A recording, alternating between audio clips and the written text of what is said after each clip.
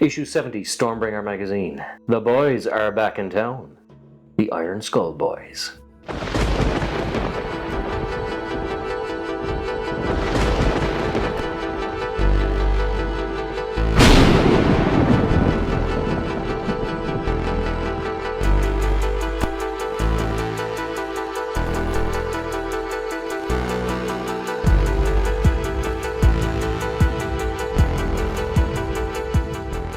Hello and welcome to The Lucky Roll, an eclectic channel for eclectic games, and today we're going to be looking at issue 70 of our continuing series of Warhammer Age of Sigmar Stormbringer magazine by Hachette Collections.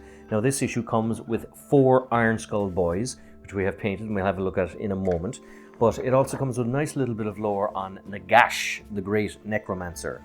Now, even though he looks like a really bad guy, he's part of the forces of order, would you believe it? However, he would be a troublesome ally, to say the least.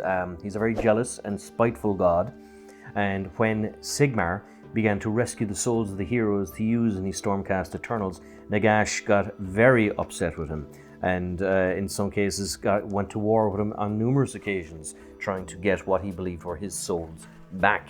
He has a lot of factions that work with him. You would have the Ossiach Bone Reapers, which would be this faction. You have the Soul Blight Gravelords, which are kind of akin to vampires. You have the Flesh Eater Courts, and you have, of course, the Night Haunt, which would have been the focus in the last collection of issues here. You have here, of course, some details on the Iron Skull Boys. So the 4 lads that you get in this issue. They also came in the Shadespire. They were one of the first factions that you could get, and it's the same miniatures. You have here the chosen tactics, how to build the Iron Skull Boys, and how to paint the Iron Skull's Boys. So a lot of interesting bits and pieces here, and it goes into quite detail on the painting with the highlights.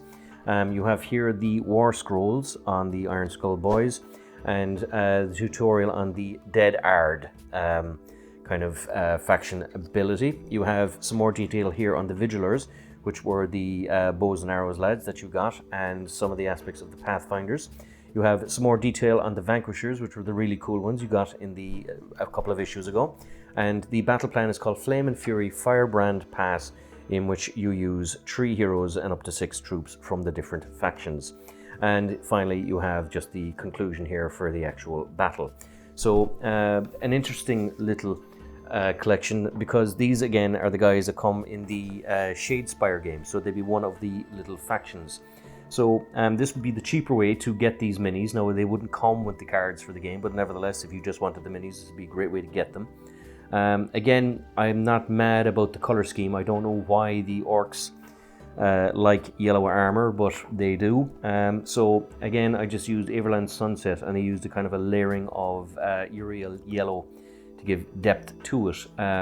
Again, pretty cool, pretty fun, nice to paint, but yellow is not the easiest paint to work with. Everland Sunset is a good paint, but the Uriel Yellow, you'd be kind of worried when you're applying it that it's not doing the job and giving enough sense of layering. But nevertheless, they're really characteristic. I mean, this guy has a big metal plate over his eye. The Orooks don't bother with eye patches. They just put a metal plate over your head, and no doubt, like the armor, they just battered it onto him. This fella has 2 big maces that he swings into battle. Again, pretty cool, pretty easy to build. They're also the push fit ones, so they're not that hard. We have here Gurzag Ironskull, who will be the leader of the Orooks, and he is pretty cool, of course. He's got 2 huge axes and a cape with just in pure action. I mean, this is a pretty nifty guy that I wouldn't want to kind of annoy, given how big and huge he is, flying into battle with you with 2 axes. And we have here the last of the Iron Jaws lads, which is another fella armed with an axe and a sword. So I suppose he just grabbed anything pointy he could, and he's a nice little Hannibal Lecter vibe to him, with that he has a mask covering his face.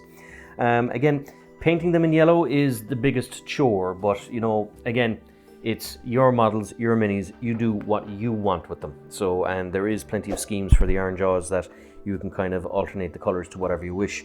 But again, that's what you get in issue 70, a really cool little issue, and the same ones that you would get in the Shadespire game for the original faction. As always, if you enjoy these videos, please like, subscribe, all that good YouTube stuff, and until next time, this is Sean, signing off.